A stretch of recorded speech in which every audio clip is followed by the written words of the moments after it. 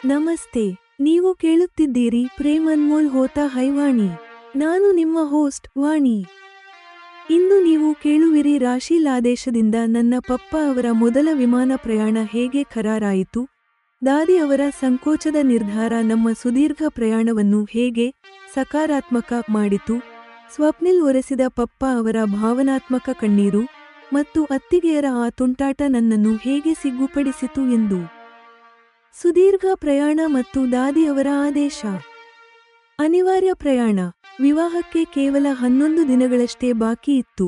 ಆದರೆ ಸ್ವಪ್ನಿಲ್ ನಾವು ಮತ್ತು ಪಪ್ಪ ಕಾರಿನಲ್ಲಿ ಜಲಂಧರ್ಗೆ ಹೋಗಬೇಕೆಂದು ತಿಳಿಸಿದನು, ಏಕೆಂದರೆ ಪರಾಗ್ ಭಯ್ಯ ಹಿಂದಿರುಗುವಾಗ ಭಾರತ ದರ್ಶನ ಮಾಡುತ್ತಾ ಮರಳುತ್ತಾರೆ. ಪಪ್ಪ ಅವರ ಸಮ್ಮತಿ. ಪಪ್ಪ ಆರೋಗ್ಯದ ನೆಪವೊಡ್ಡಿ ಬರಲು ನಿರಾಕರಿಸಿದರು. ಆದರೆ ರಾಶೀಲ್ ಬೇಸರ ಮಾಡಿಕೊಳ್ಳುತ್ತಾರೆ ಎಂಬ ಮಾತು ಕೇಳಿದ ತಕ್ಷಣ ಸ್ವಪ್ನಿಲ್ ಅವರ ಫ್ಲೈಟ್ ಟಿಕೆಟ್ ಬುಕ್ ಮಾಡಿದನು. ಏಕಾಂತಕ್ಕೆ ನಿರ್ಬಂಧ. ನಾನು ಮತ್ತು ಸ್ವಪ್ನಿಲ್ ಒಬ್ಬರೇ ಇರುತ್ತೇವೆಂದು ಆಶಿಸಿದ್ದೆ, ಆದರೆ ಕಾರನ್ನು ವಸಂತ ಚಲಾಯಿಸಬೇಕಿತ್ತು. ಸ್ವಪ್ನಿಲ್ ನಗುತ್ತಾ ಹೇಳಿದ, ಇದು ನನ್ನ ನಿರ್ಧಾರವಲ್ಲ ದಾದಿಯವರದ್ದು. ಮದುವೆಗೆ ಇನ್ನೂ ಕೆಲವೇ ದಿನಗಳಿರುವಾಗ ಕಾಬೋಯೆ ವಧೂವರರು ಏಕಾಂತವಾಗಿ ಭೇಟಿಯಾಗುವುದು ಅವರಿಗೆ ಇಷ್ಟವಿಲ್ಲ. ಪಪ್ಪ ಕೂಡ ಇದನ್ನು ಅನುಭವಿ ನಿರ್ಧಾರವೆಂದು ಕರೆದರು. ಸಕಾರಾತ್ಮಕ ಪ್ರಯೋಗ ಮತ್ತು ರೋಮಾಂಚಕಾರಿ ಜ್ಞಾನ. ಚಂಚಲ ಮನಸ್ಸು. ಕಾರಿನಲ್ಲಿ ನನ್ನ ಮನಸ್ಸು ಚಂಚಲವಾಗುತ್ತಿತ್ತು. ನನ್ನ ಆಲೋಚನೆಗಳು ಬಯಲಾಗುತ್ತವೆ ಎಂಬ ಭಯದಿಂದ ರಾಶೀಲ್ ಬಗ್ಗೆ ಆಲೋಚಿಸುತ್ತಿದ್ದೇನೆ ಎಂದು ಸುಳ್ಳು ಹೇಳಿದೆ. ಮೆದುಳಿಗೆ ವ್ಯಾಯಾಮ. ಸ್ವಪ್ನಿಲ್ ನನ್ನ ಒಡಲಲ್ಲಿ ಲ್ಯಾಪ್ಟಾಪ್ ಇಟ್ಟು ಹೀಗೆಂದನು, ನಾವು ಈ ಸಮಯವನ್ನು ಸಕಾರಾತ್ಮಕವಾಗಿ ಬಳಸಿಕೊಳ್ಳೋಣ. ಅವನು ನನಗೆ ಸುಡೋಕು ಇಂದ ಹಿಡಿದು ನ್ಯೂರೋನೇಷನ್ ಮತ್ತು ಕ್ವಿಂಡಮ್ನಂತಹ ಮೆದುಳಿಗೆ ವ್ಯಾಯಾಮ ನೀಡುವ ಆಟಗಳನ್ನು ಕಲಿಸಿದನು. ಸಾನ್ನಿಧ್ಯದ ಮಾಧುರ್ಯ. ಲ್ಯಾಪ್ಟಾಪ್ ಹಿಡಿಯುವ ನೆಪದಲ್ಲಿ ಸ್ವಪ್ನಿಲ್ ನನಗೆ ಎಷ್ಟು ಹತ್ತಿರ ಬಂದನೆಂದರೆ ಪ್ರತಿ ಕ್ಷಣ ಅವನ ಸ್ಪರ್ಶ ನನಗೆ ಅನುಭವಕ್ಕೆ ಬರುತ್ತಿತ್ತು. ವಸಂತ ಬಂದದ್ದು ಒಳ್ಳೆಯದೇ ಆಯಿತೆಂದು ನನಗೆ ಅನಿಸಿತು, ಇಲ್ಲದಿದ್ದರೆ ನಮಗೆ ಈ ಜ್ಞಾನ ಮತ್ತು ಸಾನ್ನಿಧ್ಯದ ಲಾಭ ಸಿಗುತ್ತಿರಲಿಲ್ಲ. ಆರೋಗ್ಯದ ಬಗ್ಗೆ ಕಾಳಜಿ. ಸ್ವಪ್ನಿಲ್ ಆರೋಗ್ಯಕರವಾದ ಸ್ನಾಕ್ಸ್ ನೀಡಿ ಮದುವೆಗಾಗಿ ನಾವು ಪೂರ್ಣ ಆರೋಗ್ಯವಾಗಿರಬೇಕು ಎಂದು ಹೇಳಿದನು. ಜಲಂಧರ್ ಪ್ರೇಮ ಮತ್ತು ಅತ್ತಿಗೆಯರ ತುಂಟಾಟ. ಭಾವನಾತ್ಮಕ ಕ್ಷಣಗಳು. ಜಲಂಧರ್ನಲ್ಲಿ ರಾಶೀಲ್ ಮನೆಯಲ್ಲಿ ನಮಗೆ ಎಂತೂ ಆತ್ಮೀಯವಾಗಿ ಸ್ವಾಗತ ಸಿಕ್ಕಿತು. ಗುರುದ್ವಾರದಲ್ಲಿ ಪರಾಗ್ ಮತ್ತು ರಾಶೀಲ್ ವಿವಾಹದ ವಿಧಿವಿಧಾನಗಳನ್ನು ಪುನರಾವರ್ತಿಸಲಾಯಿತು. ಪಪ್ಪ ಭಾವನಾತ್ಮಕವಾಗಿ ಕಣ್ಣೀರಿಟ್ಟರು. ಬಹುಶಃ ಅವರಿಗೆ ನನ್ನನ್ನು ಕಳುಹಿಸಿಕೊಡುವ ಆಲೋಚನೆ ಬರುತ್ತಿರಬಹುದು. ಸ್ವಪ್ನಿಲ್ ಸಾಂತ್ವನ. ಸ್ವಪ್ನಿಲ್ ತಕ್ಷಣ ನಮ್ಮ ಬಳಿ ಬಂದು ಪಪ್ಪ ಅವರನ್ನು ಅಪ್ಪಿಕೊಂಡು ಹೀಗೆಂದನು, ಅಂಕಲ್, ನೀವು ಎಂದಿಗೂ ಒಂಟಿಯಾಗಿದ್ದೀರೆಂದು ಭಾವಿಸಬೇಡಿ. ನಿಮ್ಮ ಈ ಮಗ ಮತ್ತು ಮಗಳು ವಾಣಿ ಯಾವಾಗಲೂ ನಿಮ್ಮೊಂದಿಗಿರುತ್ತೇವೆ. ಚೇಷ್ಟೆ. ರಾಶೀಲ್ ಅತ್ತಿಗೆಯರು ನನ್ನನ್ನು ಗಿದ್ದ ನೃತ್ಯದಲ್ಲಿ ಎಳೆದರು. ಒಬ್ಬ ಅತ್ತಿಗೆ ಪಂಜಾಬಿಯಲ್ಲಿ ತುಂಟತನದಿಂದ ಹೀಗೆಂದರು, ಮದುವೆಯ ನಂತರ ಸೊಸೆ ಗಂಡನ ಜೊತೆ ಏನು ಮತ್ತು ಹೇಗೆ ಮಾಡಬೇಕೆಂದು ನಾವು ನಿಮಗೆ ಕಲಿಸಿಯೇ ಇಲ್ಲಿಂದ ಕಳುಹಿಸುತ್ತೇವೆ. ಸಿಗ್ಗು ಮತ್ತು ನಾಚಿಕೆಯಿಂದ ನನ್ನ ಕಣ್ಣುಗಳು ವಾಲಿದವು. ಆ ಚೇಷ್ಟೆಯನ್ನು ನಾನು ತುಂಬಾ ಆನಂದಿಸಿದೆ. ಅಮ್ಮನ ಪಾದಗಳು. ಅಲ್ಕಾ ಮ್ಯಾಮ್ ಅವರ ಕಾರಣದಿಂದಲೇ ರಾಶೀಲ್ ತನ್ನ ಕುಟುಂಬಕ್ಕೆ ಗೌರವಯುತವಾಗಿ ಮರಳಲು ಸಾಧ್ಯವಾಯಿತು ಎಂದು ನನಗೆ ಅರಿವಾಯಿತು. ನಾನು ಅವರನ್ನು ಹುಡುಕಿ ಪಾದಗಳಿಗೆ ನಮಸ್ಕರಿಸಿ ಹೀಗೆಂದೆ, ಅಮ್ಮ, ನೀವು ನನಗೆ ದೈವ. ಮುಂದಿನ 7 ದಿನಗಳ ಬಗ್ಗೆ ಚಿಂತೆ. ತಿರುಗು ಪ್ರಯಾಣ. ತಿರುಗು ಪ್ರಯಾಣದಲ್ಲಿ ನಾನು ರಾಶೀಲ್ ಮತ್ತು ಪರುಷ್ಣಿಯೊಂದಿಗೆ ಹಿಂಬದಿಯ ಸೀಟಿನಲ್ಲಿ ಕುಳಿತೆ. ಪರಾಗ್ ಮತ್ತು ಸ್ವಪ್ನಿಲ್ ಸುಸ್ತಾಗಿದ್ದರೂ ವಂತಿಗೆಯಂತೆ ಕಾರು ಚಲಾಯಿಸಿ ನಮ್ಮನ್ನು ಸುರಕ್ಷಿತವಾಗಿ ಸೇರಿಸಿದರು. ನಿರ್ವಿಘ್ನ ವಿವಾಹದ ಹಂಬಲ. ಈಗ ಮುಂದೆ ಕೇವಲ 7 ದಿನಗಳಲ್ಲಿ ಮದುವೆ, ಅದರ ಸಿದ್ಧತೆ ಮತ್ತು ಕಾರ್ಯಕ್ರಮಗಳು ಬಾಕಿ ಇವೆ. ನನ್ನ ಮದುವೆ ಯಾವುದೇ ವಿಘ್ನವಿಲ್ಲದೆ ನಡೆದು ಹೋಗಲಿ ಎಂದು ನಾನು ಬಯಸುತ್ತೇನೆ. ಆದರೆ ಜೀವನದಲ್ಲಿ ನಾವು ಅಂದುಕೊಂಡಿದ್ದೆಲ್ಲ ನಡೆಯುವುದಿಲ್ಲ. ಮದುವೆಯಲ್ಲಿ ಯಾವುದಾದರೂ ಅನಿರೀಕ್ಷಿತ ಅಡ್ಡಿ ಬರಲಿದೆಯೇ? ಕುತೂಹಲ, ಪ್ರೇಮದ ಸಾನ್ನಿಧ್ಯ ಮತ್ತು ಒಂದು ಅನಿರೀಕ್ಷಿತ ಅಡ್ಡಿಯ ಬಗ್ಗೆ ಭಯ. ಪ್ರೇಮ್ ಅನ್ಮೋಲ್ ಹೋತಾ ಹೈವಾಣಿ ಯಲ್ಲಿ ನೀವು ಕೇಳುವಿರಿ. ಎಪಿಸೋಡ್ 69. ಜಲಂಧರ್ ಆದೇಶ, ಅಸಮಾಧಾನದ ಸುದೀರ್ಘ ಪ್ರಯಾಣ ಮತ್ತು ಅತ್ತಿಗೆಯರ ತುಂಟಾಟ. ಈಗ ನಮ್ಮ ವಿವಾಹಕ್ಕೆ ಕೇವಲ 11 ದಿನಗಳಷ್ಟೇ ಬಾಕಿ ಉಳಿದಿವೆ. ನಾವು ಯಾವಾಗ ಹೊರಡಬೇಕು? ನಾನು ಆತಂಕಗೊಂಡಿದ್ದೇನೆ. ವಾಣಿ, ಉಳಿದವರೆಲ್ಲ ಫ್ಲೈಟ್ನಲ್ಲಿ ನಾಡಿದ್ದು ಹೋಗುತ್ತಿದ್ದಾರೆ, ಆದರೆ ನಾವು ಮತ್ತು ಅಂಕಲ್ ನಾಳೆಯೇ ಕಾರಿನಲ್ಲಿ ಹೊರಡಬೇಕು, ಸ್ವಪ್ನಿಲ್ ಹೇಳಿದನು. ಅದೇಕೆ ಹಾಗೆ? ನಾವು ಕೂಡ ಫ್ಲೈಟ್ನಲ್ಲಿ ಏತಕ್ಕೆ ಹೋಗುತ್ತಿಲ್ಲ? ನನ್ನ ಆತಂಕ ಇನ್ನೂ ಹೆಚ್ಚಾಯಿತು. ವದಿನಾ ಮತ್ತು ಭಯ್ಯ ಹಿಂದಿರುಗುವಾಗ ಭಾರತ ದರ್ಶನ ಮಾಡುತ್ತಾ ಕಾರಿನಲ್ಲೇ ಬರಬೇಕೆಂದು ಬಯಸುತ್ತಿದ್ದಾರೆ. ಅದಕ್ಕೆ ಭಯ್ಯ ನಮಗೆ ಕಾರಿನಲ್ಲಿ ಬರಲು ತಿಳಿಸಿದ್ದಾರೆ. ಸ್ವಪ್ನಿಲ್ ಕಾರಣ ತಿಳಿಸಿದನು. ನಾನು ಪಪ್ಪ ಅವರ ಹತ್ತಿರ ಕೇಳುತ್ತೇನೆ. ಅವರು ಏನಂತಾರೆ ಎಂದು ನಿಮಗೆ ತಿಳಿಸುತ್ತೇನೆ. ಪಪ್ಪ ಜಲಂಧರ್ಗೆ ಹೋಗಲು ಸಿದ್ಧರಾಗುತ್ತಾರಾ ಮತ್ತು ಮದುವೆಗೆ ಮುಂಚೆ ನನಗೆ ಅನುಮತಿ ನೀಡುತ್ತಾರಾ ಎಂಬ ಸಂಶಯ ನನಗೆ ಮೂಡಿತು. ನೀವು ಅವರಿಗೆ ತಿಳಿಸಿ.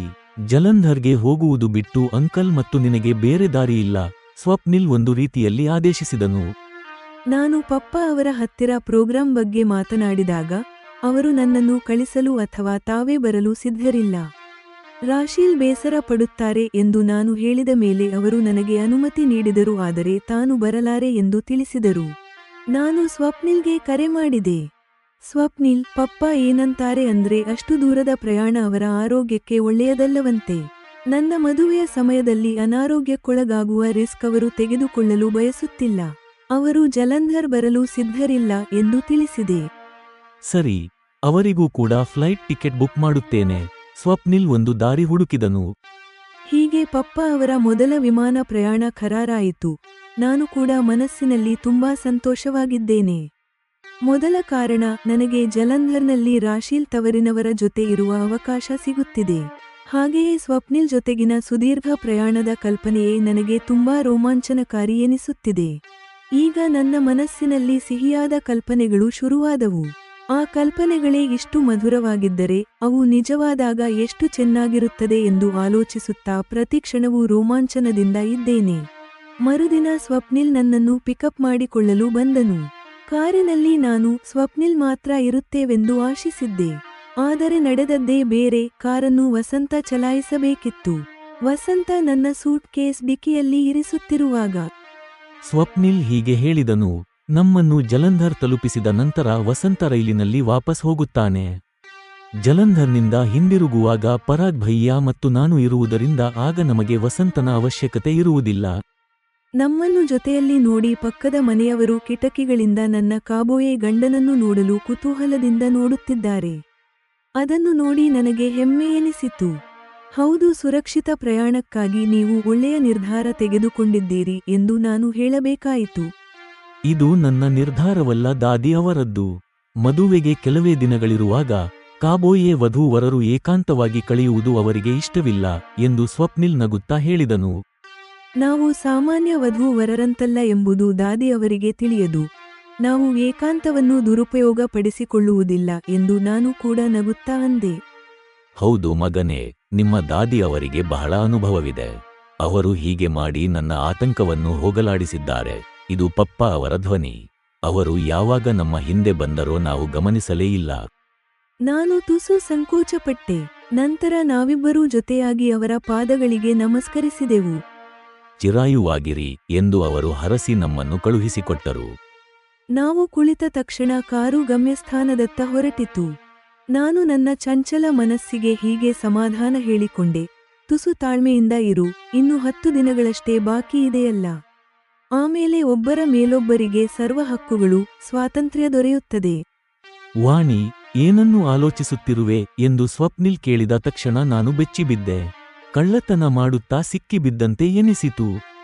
ರಾಶೀಲ್ ಬಗ್ಗೆ ಆಲೋಚಿಸುತ್ತಿದ್ದೆ ಎಂದು ಒಂದು ಸುಳ್ಳು ಹೇಳಿದೆ. ನೀವು ಎಂದಾದರೂ ಸುಡೋಕು ಪಜಲ್ಸ್ ಸಾಲ್ವ್ ಮಾಡಿದ್ದೀರಾ ಎಂದು ಸ್ವಪ್ನಿಲ್ ತನ್ನ ಲ್ಯಾಪ್ಟಾಪ್ ತೆರೆಯುತ್ತಾ ಕೇಳಿದನು.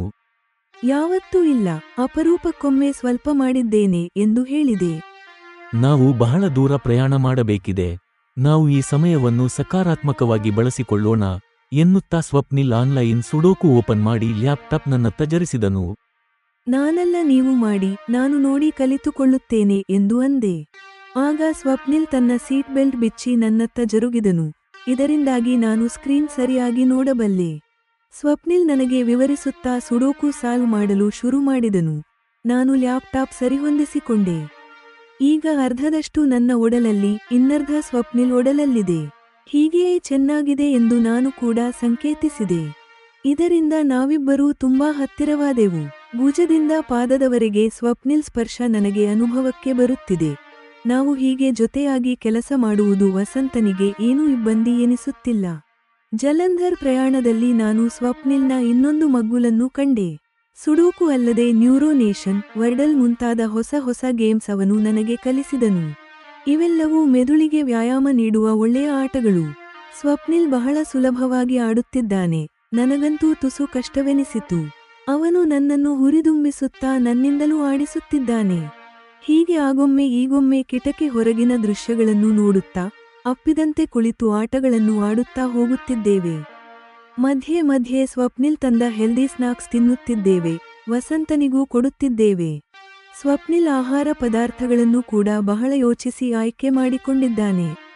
ವಾಣಿ, ಇವೆಲ್ಲವೂ ಆರೋಗ್ಯಕರ ಪದಾರ್ಥಗಳು. ಇನ್ನು ಕೆಲವೇ ದಿನಗಳಲ್ಲಿ ನಮ್ಮ ಮದುವೆ ಇದೆ. ಆದ್ದರಿಂದ ನಾವು ಪೂರ್ಣ ಆರೋಗ್ಯವಾಗಿರಬೇಕು. ಏನೇ ತಿಂದರೂ ಇದನ್ನು ನೆನಪಿಟ್ಟುಕೋಬೇಕು ಎಂದು ಸ್ವಪ್ನಿಲ್ ಅಂದನು. ಹೌದು, ಇದು ಮುಖ್ಯ. ರಾಶೀಲ್ ಮನೆಯಲ್ಲೂ ಪಾರ್ಟಿ ಊಟಗಳೇ ಇರುತ್ತವೆ. ಆದ್ದರಿಂದ ನಾವು ಜಾಗರೂಕರಾಗಿರಬೇಕು ಎಂದು ಅಂದೆ. ಸ್ವಪ್ನಿಲ್ಗೆ ನನ್ನ ಮೇಲಿರುವ ಕಾಳಜಿ ನನಗೆ ಮೊದಲೇ ಗೊತ್ತು. ಸ್ವಪ್ನಿಲ್ ಕಾಲೇಜು ದಿನಗಳಲ್ಲಿ ತಪ್ಪು ಮಾಡಿರಬಹುದು. ಆದರೆ ಈ ದಿನ ಅವನು ಒಬ್ಬ ಆದರ್ಶ ಪುರುಷ ಎಂದು ಹೇಳುವುದರಲ್ಲಿ ಏನೇನೂ ಅತಿಶಯೋಕ್ತಿಯಿಲ್ಲ. ವಸಂತನನ್ನು ಜೊತೆಗೆ ಕರೆತಂದದ್ದು ಒಳ್ಳೆಯ ನಿರ್ಧಾರವೆಂದು ನನಗೆ ಅನಿಸಿತು. ಇಲ್ಲದಿದ್ದರೆ ಸ್ವಪ್ನಿಲ್ ಡ್ರೈವಿಂಗ್ನಲ್ಲಿ ಇರುತ್ತಿದ್ದ. ನನ್ನ ಜೊತೆ ಇಷ್ಟು ಸಮಯ ಕಳೆಯಲು ಸಾಧ್ಯವಾಗುತ್ತಿರಲಿಲ್ಲ. ನಾವು ಜಲಂಧರ್ ತಲುಪಿದೆವು. ಪ್ರಯಾಣ ಕಣ್ಣುರೆಪ್ಪೆ ಹೊಡೆಯುವಷ್ಟರಲ್ಲಿ ಮುಗಿದು ಹೋದಂತೆ ಎನಿಸಿತು. ರಾಶೀಲ್ ಮನೆಯಲ್ಲಿ ನಮ್ಮನ್ನು ಎಂತೋ ಆತ್ಮೀಯವಾಗಿ ಸ್ವಾಗತಿಸಿದರು. ನಾನು ಕೂಡ ಆ ಮನೆಯ ಮಗಳಂತೆಯೇ ಭಾವಿಸಿದೆ. 4 ಗಂಟೆಗಳ ನಂತರ ಪಪ್ಪ, ಮ್ಯಾಮ್ ಎಲ್ಲರೂ ಬಂದರು. ರಾಶೀಲ್ ಮನೆಯವರು ಎಂತೋ ವಿಶಾಲ ಹೃದಯಿಗಳು. ಎಲ್ಲರಿಗೂ ಬಹಳ ಮರ್ಯಾದೆ ನೀಡಿದರು. ಅವರ ನೆಂಟರಿಷ್ಟರೆಲ್ಲ ಕೂಡ ಬಂದರು. ಎಲ್ಲರೂ ರಾಶೀಲನ್ನು, ಮೊಮ್ಮಗಳನ್ನು, ಅಳಿಯನನ್ನು ನೋಡಿ ಹೆಮ್ಮೆ ಪಡುತ್ತಿದ್ದಾರೆ. ನಮ್ಮ ಮೇಲೂ ಅಷ್ಟೇ ಪ್ರೀತಿ ತೋರಿಸುತ್ತಿದ್ದಾರೆ.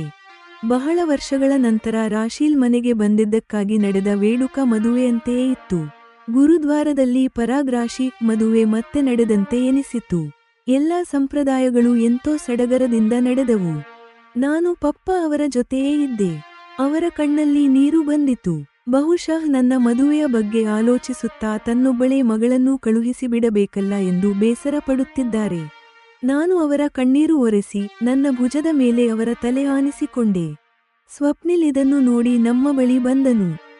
ಅಂಕಲ್, ನೀವು ಎಂದಿಗೂ ಒಂಟಿಯಾಗಿದ್ದೀರೆಂದು ಭಾವಿಸಬೇಡಿ. ಈ ಮಗ ಮತ್ತು ಮಗಳು ವಾಣಿ ಯಾವಾಗಲೂ ನಿಮ್ಮೊಂದಿಗೆ ಇರುತ್ತೇವೆ ಎಂದು ಅವರ ಮನಸ್ಸು ತಿಳಿದು ಅಂದನು. ನೀವು ನನ್ನ ಅಳಿಯನಾಗಿಯೇ ಇರಿ.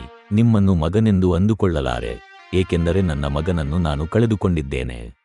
ನಿಮ್ಮನ್ನು ಯಾವತ್ತೂ ಕಳೆದುಕೊಳ್ಳುವುದು ನನಗಿಷ್ಟವಿಲ್ಲ ಎಂದು ಪಪ್ಪ ಬಹಳ ಭಾವೋದ್ವೇಗದಿಂದ ಅಂದರು. ಸ್ವಪ್ನಿಲ್ ಅವರನ್ನು ಹತ್ತುಕೊಂಡನು. ಅಲ್ಲಿಗಿದ್ದ ಭಾಂಗ್ರಾ ನೃತ್ಯಗಳು ಬಹಳ ಹೊತ್ತು ನಡೆದವು. ರಾಶೀಲ್ ಅತ್ತಿಗೆಯರು ನನ್ನನ್ನು ಕೂಡ ನೃತ್ಯಕ್ಕೆ ಎಳೆದರು.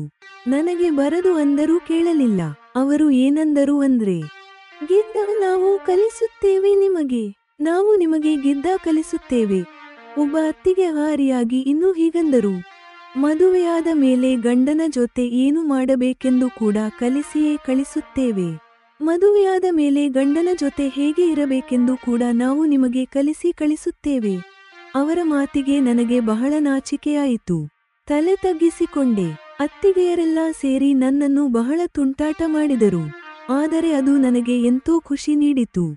ಮೊದಲು ತುಸು ಇಬಂದಿ ಎನಿಸಿದರೂ ಆಮೇಲೆ ನಾನು ಕೂಡ ಅವರೊಂದಿಗೆ ಸೇರಿ ಉಲ್ಲಾಸದಿಂದ ನೃತ್ಯ ಮಾಡಿದೆ. ಯಾವತ್ತೂ ಇಲ್ಲದ ಸಂತೋಷದಲ್ಲಿದ್ದೆ. ರಾಶೀಲ್ ತನ್ನ ಕುಟುಂಬವನ್ನು ಬಿಟ್ಟು ಹೋದದ್ದಕ್ಕಾಗಿ ಎಷ್ಟೋ ಕಳೆದುಕೊಂಡಳು ಎಂದು ತಿಳಿಯಿತು. ಆದರೆ ಈಗ ಅಲ್ಕಾ ಮ್ಯಾಮ್ ಅವಳನ್ನು ಮರಳಿ ಸೇರಿಸಿದ್ದು ನನಗೆ ಮೇಮ್ ಮೇಲೆ ಭಕ್ತಿ ಮೂಡಿಸಿತು. ನಾನು ಮ್ಯಾಮ್ ಹತ್ತಿರ ಹೋಗಿ ಅವಳ ಪಾದಗಳಿಗೆ ನಮಸ್ಕರಿಸಿದೆ. ಅಮ್ಮ, ನೀವು ನನಗೆ ದೈವ ಎಂದು ಅಂದೆ. ಅವಳು ನನ್ನನ್ನು ಆತ್ಮೀಯವಾಗಿ ಹತ್ತುಕೊಂಡಳು. ಎಲ್ಲರ ಹತ್ತಿರ ನಿರೋಪ ಪಡೆದು ಮದುವೆಗೆ ಬರುವಂತೆ ಕೋರಿದೆ. ತೀರಾ ಪ್ರಯಾಣದಲ್ಲಿ ನಾವು ಸುರಕ್ಷಿತವಾಗಿ ತಲುಪಿದೆವು. ಇನ್ನು ಕೇವಲ 7 ದಿನಗಳಷ್ಟೇ ಮದುವೆಗೆ ಬಾಕಿ ಇವೆ. ಆಮೇಲೆ ನಾವಿಬ್ಬರೂ ಒಂದಾಗಿ ಬಿಡುತ್ತೇವೆ. ವಿಘ್ನವಿಲ್ಲದೆ ಮದುವೆ ನಡೆಯಲಿ ಎಂದು ಹಾರೈಸುತ್ತೇನೆ. ಆದರೆ ಜೀವನದಲ್ಲಿ ಅಂದುಕೊಂಡಿದ್ದು ನಡೆಯದಲ್ಲವೇ? ಯಾವುದೋ ಅನಿರೀಕ್ಷಿತ ಅಡ್ಡಿ ಬರಲಿದೆ.